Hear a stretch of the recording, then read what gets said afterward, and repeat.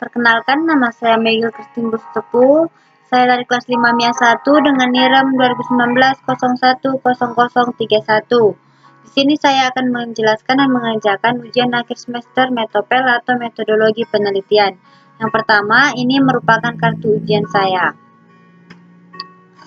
Pada proposal kali ini, saya mengangkat judul yaitu Sistem Informasi Penjualan Beras Berbasis Web. Studi kasus saya ada di toko beras Prima.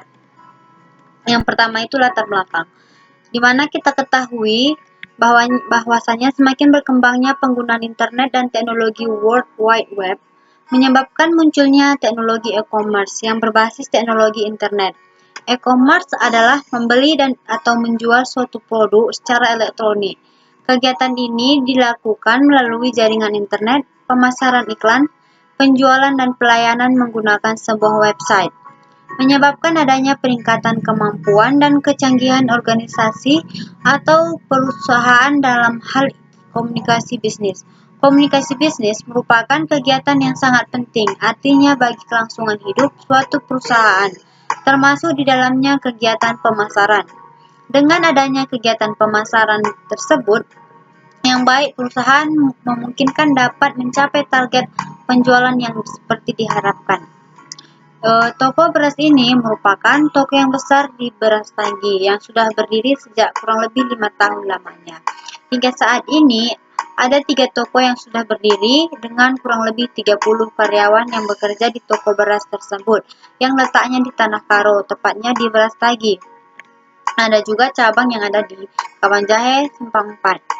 Toko ini mempunyai pelanggan yang cukup banyak setiap harinya, bisa mencapai 30 pelanggan untuk pedagang-pedagang kecil dan masyarakat ataupun rumah tangga yang datang dalam sehari, karena kita tahu bahwasannya beras ini memang kebutuhan yang sangat pokok yang tidak bisa dilupakan. Tidak hanya dari sekitaran, namun dari daerah yang lumayan jauh juga berdatangan. Bahkan ke kampung-kampung yang sudah harus menempuh waktu berjam-jam pun masih mau berdatangan. Proses pemesanan barang oleh pelanggan berlangsung dengan cara mendatangi toko tersebut, sehingga waktu yang dimakan cukup lama. Terutama bagi pelanggan yang dari daerah luar Tanah Karo. Dari latar belakang tersebut, penulisan untuk tertarik untuk membangun sebuah sistem informasi penjualan berbasis web yang diharapkan mampu menyediakan informasi penjualan beras di toko Prima ini untuk mempermudah transaksi dengan pelangganan website. Bertujuan dapat membantu pelanggan toko beras dalam proses pemesanan dan penjualan barang di toko Prima tersebut. Di samping itu, website ini dimaksudkan untuk mempromosikan beras dengan merek-merek terbaru di toko tersebut. Toko Prima ini sangat ramah kepada masyarakat sehingga banyak pelanggan yang berdatangan. Karena selama ini transaksi yang manual atau dengan memakai bon kertas, terkadang catatan hilang atau sobek. Jadi jika kita menggunakan basis web akan mempermudah transaksi dan lebih aman dibandingkan dengan manual. Kelemahan dari yang selama ini dilakukan oleh toko ini merupakan ini tadi, keteteran dalam hal bon, faktur, dan memakan waktu yang banyak untuk masyarakat yang membeli dari daerah luar Tanah Karo. Sehingga saya mengambil ini untuk membangun sebuah sistem yang baru. Flowchart toko Prima yang lama seperti ini.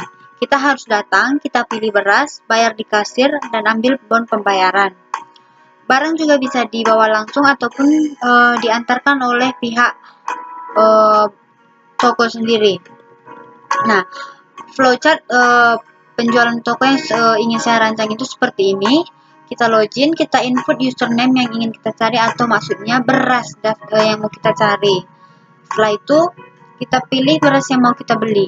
Kita isi formulir pemesanan, kita klik beli, setelahnya kita bisa langsung log out. Untuk pembayaran sendiri, kita bisa transfer, apalagi zaman sekarang dari rumah saja kita bisa membayar sesuatu dengan m-banking.